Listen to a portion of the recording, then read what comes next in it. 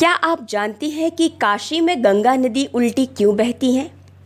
काशी यानी कि वाराणसी, बनारस में 1.5 किलोमीटर तक गंगा नदी का बहाव उल्टा है।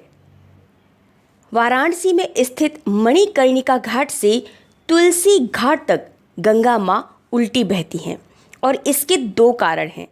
पहला कारण भौगोलिक कारण आपको बताते हैं कि काशी में गंगा दक्षिण से उत्तर की ओर बहती हैं, लेकिन जब गंगा नगर में प्रवेश करती हैं तब उनका बहाव धनुष के आकार का हो जाता है। इस वजह से गंगा नदी पहले पूर्व दिशा में मुड़ती है और फिर पूर्वोत्तर दिशा में। जब गंगा में पानी ज़्यादा हो जाता है तब दशाश्वमेध घाट के पास की ज़मीन के ज़्यादा घुमावदार होने के कारण गंगा में भंवर बनने लगता है।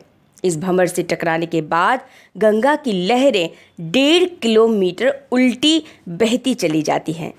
ये तो हुआ भौगोलिक कारण, लेकिन इसका धार्मिक कारण यह है कि पुराणों के अनुसार की जो कथा है वो यह आती है कि जब गंगा स्वर्ग से धरती पर प्रकट हुई तो वे एक ही जगह पर जा रही थी।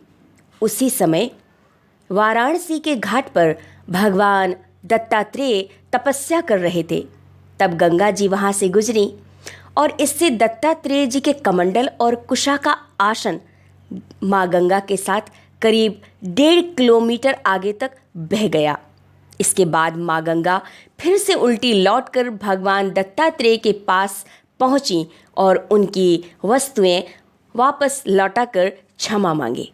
ऐसा कहा जाता है कि तभी से माँ गंगा करीब 1.5 किलोमीटर तक विपरीत दिशा में बहती हैं और उसके बाद उनका बहाव सामान्य हो जाता है। जय माँ गंगा।